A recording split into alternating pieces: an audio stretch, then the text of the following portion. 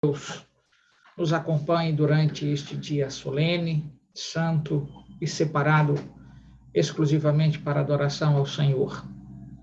Nesse instante, gostaria de convidar a pessoa que está responsável para nos apresentar diante de Deus em oração e, em seguida, retomarmos o texto da sua santa palavra para continuarmos estudando aquilo que é necessário para alargar a nossa fé diante do nosso Salvador Jesus.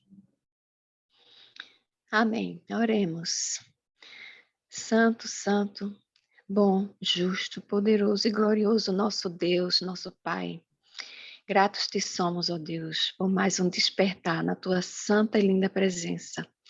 Obrigada, Senhor, pela noite de repouso, por mais um sábado, Senhor, que o Senhor nos concede, por mais um momento, Senhor, de honra e privilégio, de podermos, Senhor, ter em nossas mãos a tua santa palavra, de podermos, ó Deus, aprender mais e mais de ti. Amém. Obrigada, Senhor, pela vida do pastor Cícero, Senhor, que se dispõe a esses momentos tão especiais, Senhor, onde só nos faz, Senhor, ter mais conhecimento, conhecer mais do teu poder, da tua verdade. Graças te damos, Senhor. Glória a ti, Deus Pai, Deus Filho, Deus Espírito Santo. Amém, Nos concede, Senhor, um sábado deleitoso na tua presença. Amém. Recebe nosso louvor, nossa adoração, nossa gratidão. Recebe, Senhor, nossas vidas no teu altar. Amém. Perdoa nossas falhas, perdoa nossos pecados, perdoa nossas poucas forças, Senhor. Tu conhece cada um de nós, mas somos tão gratos, Senhor, tão gratos por todas as maravilhas que o Senhor tem feito em nossas vidas. Eu mesmo, Senhor, não tenho como agradecer tão grandes e ricas bênçãos. Mais uma vez te peço a tua santa divina presença, por meio do teu Santo Espírito. Em nome de Jesus. Amém, Senhor. Amém. Amém.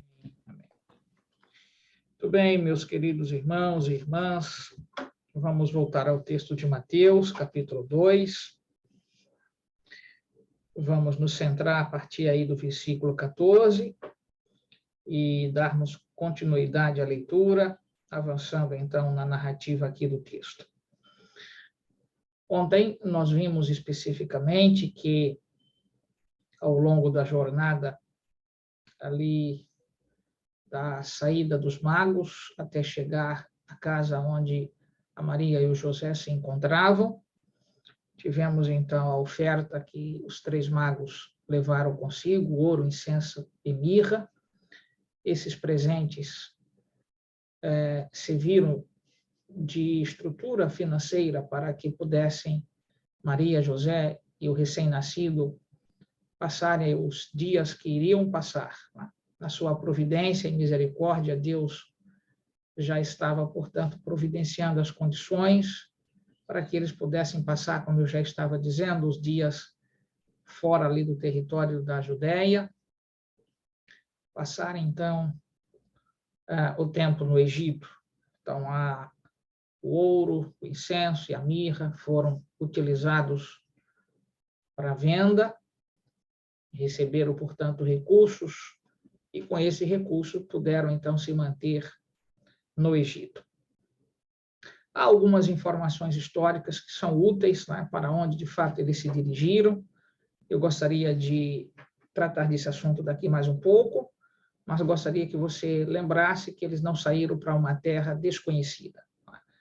Na época, em particular, havia uma colônia judaica nas terras do Egito, para onde, então, de fato, José e Maria se dirigiram.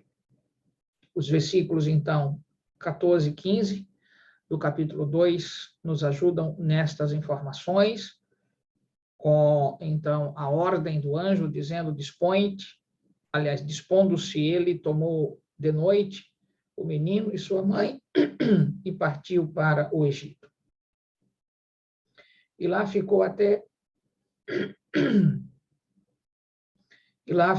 a morte de Herodes, para que se cumprisse o que fora dito pelo intermédio do profeta do Egito: chamei o meu filho. Quanto à morte de Herodes, o que nós podemos dizer-lhes é que ele morreu de algo, portanto, uma doença o que a gente poderia dizer dolorosa e repugnante. Mas com as informações deixadas por Flávio Joséfos, alguns médicos que se debruçaram com todo o registro que Flávio Joséfos deixou e passaram, portanto, a definirem que a doença que acometia o Herodes era algo, portanto, sério do ponto de vista de uma doença crônica, degenerativa, dolorosa, que afetava, portanto, tanto a parte orgânica, alguns órgãos, como o caso, portanto, de rim e baço, e o próprio pênis, como sendo, portanto, uma espécie de cancro, né? Coceira infernal, e que, na verdade, isso trouxe para os momentos, portanto, anteriores à morte, dores insuportáveis. Ellen White usa a expressão morte repugnante. É essa a expressão que ela usa ao referir-se, portanto, à morte de Herodes o Grande. Mas esse pesquisador da Universidade de Washington, deixa eu ver se eu lembro o nome dele aqui. É o Jan Hirschmegan. Este, então, pesquisador chegou à conclusão, com as informações deixadas, então, no texto, como eu já fiz referência aqui, por Flávio Joséfos, que se tratava desta doença crônica e, então, degenerativa. Bem, estou apenas lhes dando informações. Eu não sou muito, eu diria, crente, mas em todas essas coisas aí que, às vezes, cientistas tentam pôr com base apenas em relatos, sem, de fato, terem tido o corpo para fazer a pesquisa de maneira singular. Mas, se eu posso, portanto, fazer essa comparação, usando a expressão de Ellen White, morte, então, repugnante, e, ao mesmo tempo, com esses dados trazidos aí por o Jan Hirschmegan, certamente a gente terá de se submeter, que, de fato, não morreu de maneira, portanto, sem sofrimento. Isso implica dizer que há uma espécie, portanto, de consequência, né, do ato infame do Herodes ter baixado aquele decreto para matar as crianças que estavam naquela faixa etária entre as informações que ele recebera e, então, com o intento de matar a Cristo Jesus. O detalhe é que, como diz Paulo, né, na carta aos Gálatas, aquilo que o homem plantar certamente vai ceifar. E aqui nós temos, portanto, esta situação. Herodes está aí enfurecido, né, versículo 16, porque os sábios, os magos, não retornaram, lhe trazendo a informação que ele havia ordenado, lhes trazendo melhor. Mandou matar, então, todos os meninos de Belém e de todos os seus arredores, de 2 anos para baixo, conforme o tempo do qual, com precisão, se informara dos magos. Ora, vamos aqui atentar. O que é que os magos disseram? Disseram para Herodes que eles haviam, portanto, visto uma estrela e certamente este dado não está aqui no texto bíblico. O que é que, de fato, os magos disseram para ele? Desde que tempo eles haviam acompanhado essa estrela? Se 2 semanas antes, se 3 semanas antes, não há, portanto, essa informação aqui no texto sagrado.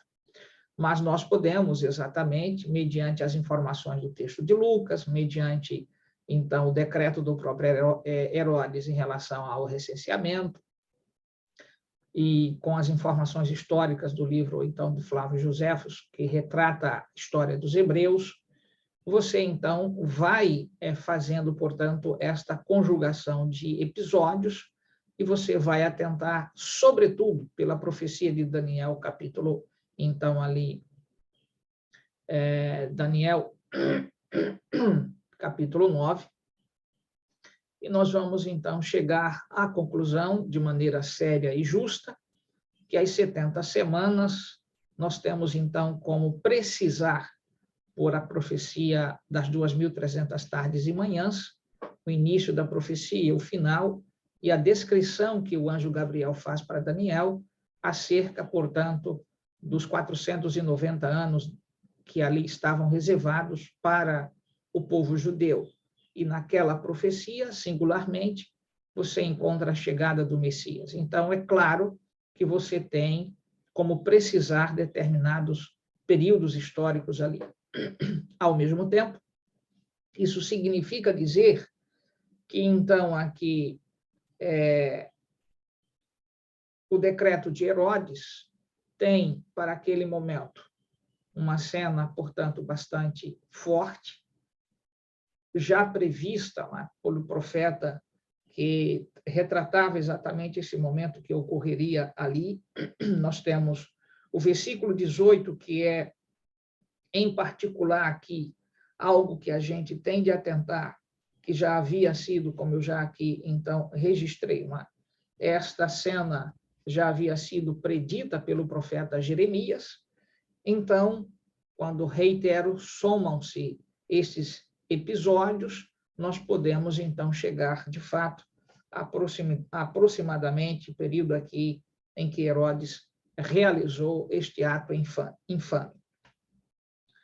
O fato é que, de alguma maneira, Belém se tornou, portanto, um ambiente de dor e de choro, como aqui se registra especificamente pelo profeta Jeremias.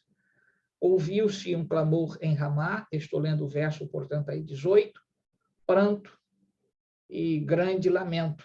Era Raquel chorando por seus filhos e inconsolável porque não mais existem. Uma outra questão que se levanta, e questionamentos, é quantas crianças morreram aqui. É preciso que nós... Carol, teu microfone está aberto, por favor, desliga aí. Nós precisamos estar atentos que, na verdade, este massacre, nós não temos um registro histórico que seja exatamente preciso para descrever quantas crianças aí realmente foram assassinadas. Não temos. Nem Ellen White faz menção, portanto, desta questão, e nós não podemos estar também fazendo sugestões. Inclusive, o próprio Flávio Joséfos, neste ponto em particular deste episódio, também silencia. Não há informações. Então, há tudo sugestões históricas, que foram 20 meninos, que foram 30 meninos, nós não sabemos. O fato é que não poderia ser, portanto, um número muito alto. E por que não poderia ser? Pela situação da vila de Belém, que era pequena. E nem todas as famílias também tinham, então, crianças lá. Outro dado aqui que a gente precisa atentar é que a morte se limitou ao sexo, então, que a gente chama aqui masculino. Então, não foram meninas mortas. Então, esse é um outro detalhe que ainda vai reduzindo a si mesmo a cena de horror. Independentemente que tenha sido 1, 10 ou 30, o fato é que houve um assassinato por uma cabeça de um rei que está totalmente influenciado por Lúcifer, e este decreto aqui, ele é pedagógico para entendermos o decreto de morte que se apresenta lá no texto de Apocalipse, algo que eu não vou fazer essa vinculação agora, apenas estou fazendo, de alguma forma, para você, a sugestão que você entenda que isso daqui é pedagógico para que se compreenda o que vai vir no futuro contra a Igreja de Deus. E lembrando sempre que o personagem central aqui que estabelece o decreto é o poder romano. Então, pessoa de Herodes é que aqui está dentro deste contexto. Porém, quem está aqui nas cenas, do ponto de vista administrativo, é o poder romano. Nada diferente lá de Apocalipse capítulo 13, entre a junção do poder civil, que executa, portanto, a ordem, mediante toda a autoridade da besta que emergiu, portanto, ali do mar e, consequentemente, representando o poder religioso apóstata, o papado.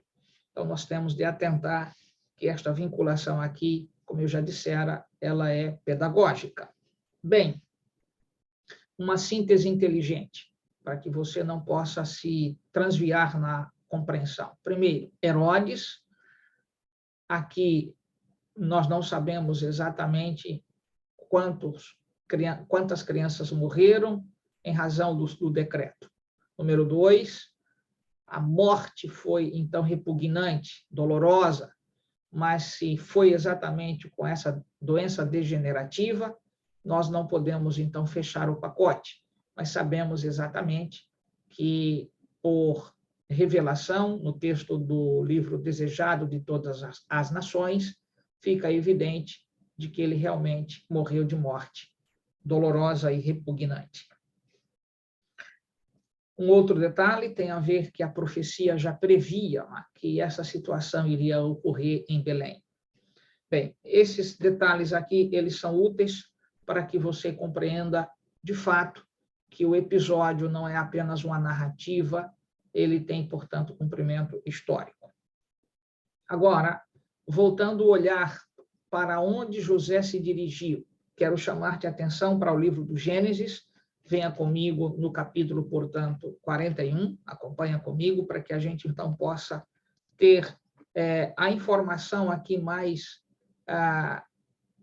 eu diria, mais próxima lá, em relação ao local que, de fato, o casal e o recém-nascido se dirigiram. Venha comigo para Gênesis, capítulo 41, versículos 45 e 50. Reitero, Gênesis, capítulo 41, versículos 45 e 50. Acompanha comigo. Diz assim: E a José chamou Faraó de Zafenat Paneia e lhe deu por mulher a Asenat, filha de Potífera, sacerdote de On. E percorreu José toda a terra do Egito. Versículo 50. Antes de chegar a fome, nasceram-lhe 2 filhos a José, os quais lhe deu Asenat, filha, então, de Potífera, sacerdote de On. Essas informações aqui que eu estou lhes trazendo é para fazer referência ao personagem, então, ali, filho de Jacó. Nós temos aqui exatamente a pessoa de José. Não confundir o José de lá com o José de cá. O José, então, do texto de Mateus. Eu quero que você atente, é o local aonde, portanto, o José ali, filho de Jacó, tivera, portanto, sua residência e estruturação. Quando nós vamos para o capítulo, então, 46, verso 20, do livro de Gênesis, 46, verso 20, nós podemos, então, compreender que toda aquela estrutura montada por José, filho de Jacó, tivemos, então, ali, certamente, o ambiente histórico onde era muito conhecido pelos judeus, cuja colônia judaica ali permanecera durante muito tempo. Venha comigo. Nasceram, portanto, a José, na terra do Egito, Manassés e Efraim, que lhe deu à luz a Asenat, filha de Potífera, sacerdote de On. Ora, este local, geograficamente, é reconhecido, portanto, pelos historiadores como sendo o local para onde, então, José e Maria haviam se dirigido, que era o local chamado, portanto, atualmente de Heliópolis. Então, é aí aonde Cristo, junto com Maria e com José, permaneceram quando, então, por ordem do anjo, fugiram. Porque eles não foram para uma terra desconhecida, mas toda a tradição judaica de época e documentações históricas, então, vão nesta direção de que para aí fora exatamente o local que José se dirigiu. Então, por isso que eu estou fazendo esta abordagem lá no texto de Gênesis, para que você tenha a fundamentação histórica e também geográfica, para não ficar com aquela ideia para onde foram, né? foram morar onde durante esse período de tempo que ainda Herodes estava no poder? Então, nós temos de nos lembrar que eles não saíram para uma terra desconhecida. O anjo dissera, vai para o Egito, e qual era o local que eles se dirigiram? A colônia, então, judaica que se mantinha ali no Egito, em Heliópolis. Esta é a informação que eu precisava trazer-lhes. Bem, tudo isto nesta manhã está dentro desta base mais, então, histórica e geográfica, mas nós não podemos ver a Bíblia somente com esta visão.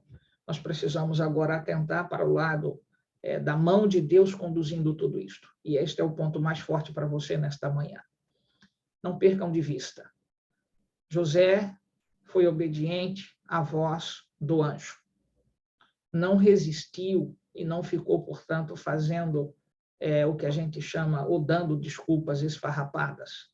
Logo que veio a informação, pegou, portanto, o menino, a sua mãe, e saíram na própria noite. Isto tem um paralelo em relação exatamente ao que ocorrera lá no antigo Israel, especificamente na noite que saíram do Egito. Era noite também, a fuga se deu à noite. E a Igreja de Deus passará por situação símile no futuro, com uma perseguição de um decreto de morte que virá contra, portanto, esta Igreja, e que temos de atentar que, após, portanto, o surgimento do decreto dominical, que não é o decreto de morte, é um decreto, portanto, distinto, nós temos, então, de, conscientemente, submissos ao Senhor nosso Deus, também estarmos dispostos não só para fugir, mas fugir de fato. Então, estas coisas aqui, elas se relacionam. Venham agora para o versículo 19 do capítulo 2 do Evangelho de Mateus. Tendo Herodes morrido, eis que um anjo do Senhor apareceu em sonho a José, no Egito, e disse-lhe, dispõe-te, toma o menino e a sua mãe, e vai para a terra de Israel, porque já morreram os que atentavam contra a vida do menino. Aqui eu preciso deparar um pouquinho de tempo para você, ou parar para que a gente possa tirar lições aqui. Primeiro, observem que a presença angelical na vida de José e de Maria foi uma constante. José, na verdade, como sendo o líder daquela família, sempre teve o privilégio de anjos estarem vindo à sua residência, aonde eles se encontravam, a falar-lhe e, ao mesmo tempo, portanto, dar-lhe toda a orientação necessária para que a vida a qual, portanto, Deus entregou para que aquele casal pudesse conduzir, de certa forma, não estivesse apenas sobre as orientações deles. Os anjos fizeram parte, então, de todo este projeto de Deus para esta terra, que era que Maria se tornasse, junto com José, uma espécie, portanto, de esteio ali até onde possível na vida de Jesus. Isso nos, então, faz refletir da seguinte maneira. Os anjos, meus irmãos, são mensageiros do Senhor. São o que a gente poderia, então, dizer, os emissários de Deus para esta terra, para famílias que têm sensibilidade e que têm intimidade com os céus.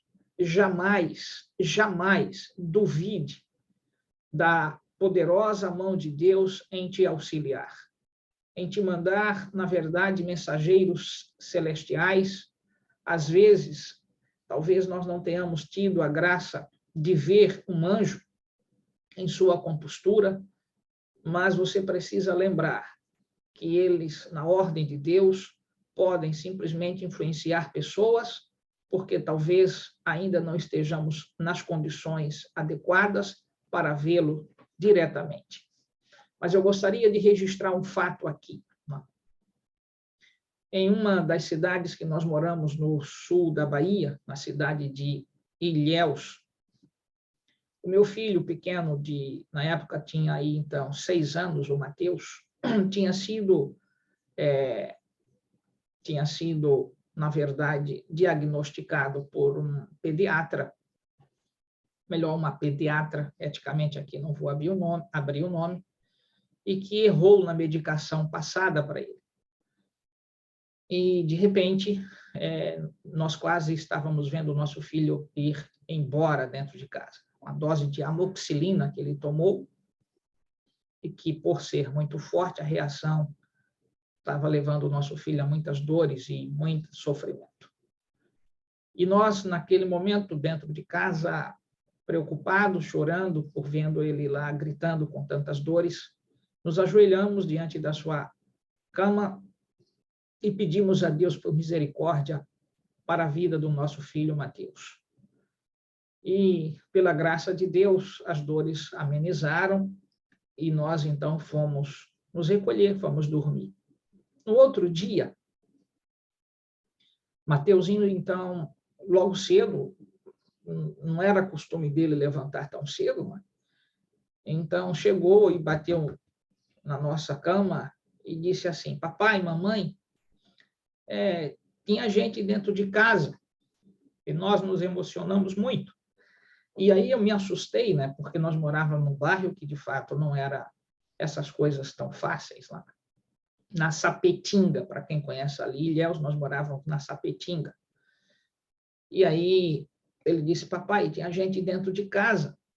E aí, mas como tinha gente dentro de casa, Mateuzinho? Ele disse: papai, aqui na mesa tinha um homem muito alto, olhou para mim, sorriu e não me disse nada, só me fez isto e levantou assim a mão para mim.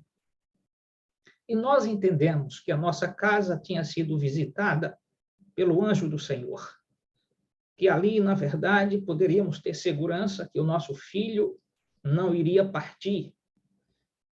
Nós não vimos, mas ele viu.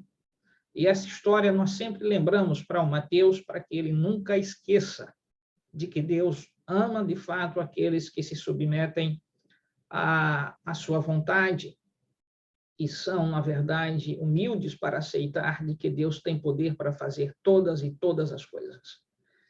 Então, por que estou registrando isso aqui para você? Porque você deve se lembrar que Deus visita o seu lar, que Deus nos dá a graça de avançarmos pela fé, mas temos de entender que não estamos nesta terra como que uma folha a vagar, como que sem rumos. Deus nos tem dado o rumo. Deus tem nos dado, portanto, a graça de entender que Ele conduz sua igreja, Ele conduz seu povo. Apesar de todos os sofrimentos, desgraças e, muitas vezes, o que a gente tem encontrado, gente brincando com a verdade. Mas Deus não esqueceu dos fiéis. E isto para levar a você e a mim a nos lembrarmos de que os céus e a terra serão sempre assistidos pelos mensageiros do Senhor, os seus emissários, os anjos. Lembrem-se da experiência de Jacó. É necessário que você, então, não esqueçam disto. E, nesse aspecto, nós temos aqui, portanto, mais uma vez a visita do anjo, dizendo a José: está na hora de voltar. Sabem, é exatamente assim que talvez Deus tenha trabalhado na vida de muitas pessoas que estão retornando à igreja. Está na hora de voltar. Talvez você, de alguma forma, tenha filhos, tenha parentes que estão distantes. Não deixe de interceder por eles, porque no dia que o Senhor disser está na hora de voltar, não são as coisas deste mundo que terão poder para segurá-los. A mão do Senhor os tirará de onde eles estão, se forem obedientes, humildes e, eu diria, submissos à voz de Deus. Não importa o que fizeram, o que estão fazendo, quando Deus, em resposta à sua e à minha oração, agir, nada vai segurar essas pessoas lá fora. E quando a voz de Deus em sonho, por meio de um amigo que fala diretamente, como sendo um amigo, mas ali influência de anjos, tomando a forma humana, para dizer para esta pessoa que está na hora de voltar, ela vai ter de voltar. E temos de nos lembrar, fazendo um paralelo aqui com o texto, que aqueles que atentam contra a igreja de Deus, aqueles que atentam contra os filhos de Deus, todos estes perdem. A derrota é terrível para estas pessoas. Olha a insensatez. Herodes achava que podia lutar contra Deus, mas é ele que morre, portanto, de maneira estúpida, de maneira, eu diria, dolorosa, repugnante, cheio, portanto, de sofrimento. Morte terrível tivera. E é exatamente assim no registro da história da humanidade. Ninguém que se levante contra Deus poderá sair vitorioso. Por isso, meu querido amigo e irmão, apesar dos sofrimentos que passamos nessa terra, apesar das dificuldades que temos enfrentado, é possível que nesta manhã Deus então envie para a tua casa para você atentar que você não está sozinho em suas lutas. Deus envia seus emissários para trazer a bênção, o bálsamo de Gileade, para que você tenha paz e entenda que, na verdade, sua vida não está na mão do teu patrão, não está na mão, portanto, do governo do Estado, do governo federal. Minha e a tua vida estão nas mãos do Senhor. E é necessário que a gente, então, se ponha dentro desta convicção de que a gente tem visitantes solenes que estão frequentando os nossos lares, vendo o que estamos fazendo, anotando o que estamos, então, ali conversando, porque Deus deseja manter esta relação de amizade. Não esqueçam de Apocalipse, capítulo 3, verso 20, de que ele, então, deseja, inclusive, fazer uma relação de intimidade tão estreita conosco, a ponto de querer estar conosco na nossa janta, no nosso almoço, no nosso jejum, porque ele quer fazer morada em nosso lar. Então, seja o seu lar realmente um ambiente onde os céus podem depositar seu favor, podem depositar, portanto, a sua graça. E, neste aspecto, o verbo aqui que se apresenta é: já morreram os que atentavam contra a vida do menino. Ora, você pode se perguntar, mas pastor, não era só Herodes que atentava contra a vida do menino? Cuidado, que você precisa alargar a compreensão e aceitar o que a Bíblia está dizendo. Herodes era o mentor, mas as coisas não ocorrem apenas pelo mentor. Há, então, os que a gente chama, portanto, os auxiliares deste ato infame aqui. Os soldados que agiram, portanto, matando essas crianças. E, consequentemente, aqui, quando Mateus registra a informação, já morreram, né, aqueles que atentavam contra a criança.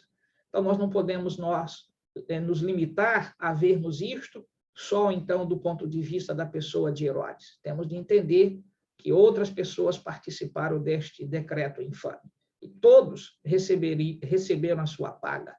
Então, meus queridos amigos e irmãos, há muitas coisas na Bíblia Sagrada que nós não temos o registro aberto, temos apenas a dica, mas você tem de se lembrar que um dia o Senhor descortinará para nós, quando estivermos nos céus dos céus, todas essas cenas em relação à trajetória da vida de Jesus nessa terra e quem de fato foram estes lá que participaram diretamente desta condenação infame, matando inocentes e que, então, trouxeram para si mesmo a própria condenação. Não foi diferente do que ocorrera quando Jesus, então, reclinou a sua cabeça na cruz. Todos os que participaram de maneira indevida ali na condenação, com palavras de baixo calão, que maltrataram a face de Cristo, todos estes receberam a sua paga. E a gente tem de lembrar que não é diferente com estas pessoas que maltratam a Igreja de Deus. Seja fiel. Acredite, confie que Deus visita teu lar, que Deus tem mensageiros para trazer a bênção para a sua família, mas, acima de tudo, se lembre, você não está nesta terra como uma folha a vagar. Há toda uma atenção dos céus conduzindo a sua vida para o desfecho final. E esse desfecho final tem a ver de que o Senhor Jesus voltará aqui para buscar, portanto, os que estão saudosos de sua presença. Que Deus te abençoe, te dê, portanto, esta convicção. E lembre-se, nesta vida as coisas nunca são feitas por caprichos da própria natureza. Há uma mão conduzindo todos os fatos.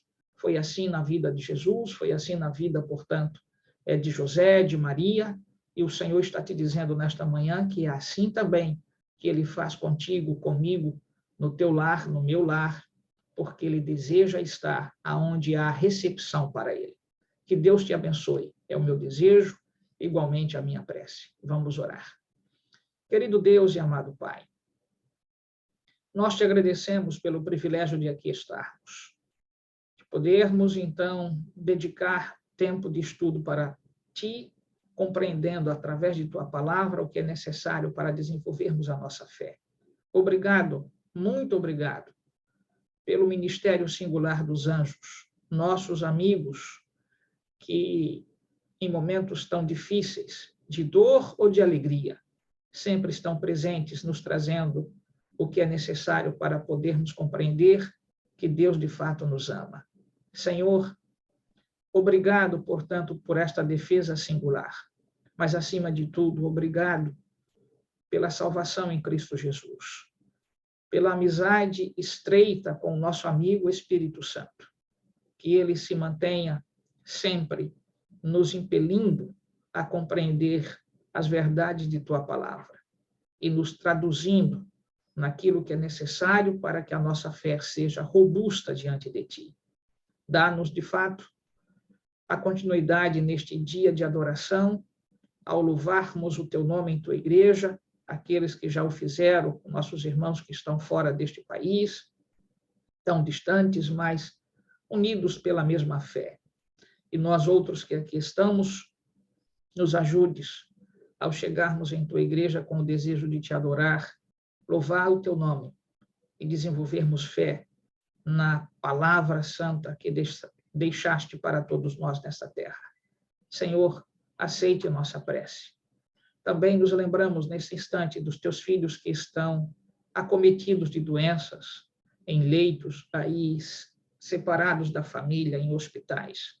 Senhor, misericórdia, para que este seja um sábado onde, mais uma vez, amigos dos céus, nossos, então, amigos anjos, visitem estas pessoas, tragam-lhes o conforto que é necessário e, através de nossa fé, que possamos ver de volta esses teus filhos no seio de tua igreja, bendizendo o teu nome. Seja com a tua filha Maria, seja com a tua filha Dani Ramos, lhes dê, Senhor, tua proteção e tua graça. Eu te suplico, no poderoso e santo nome de Jesus. Amém.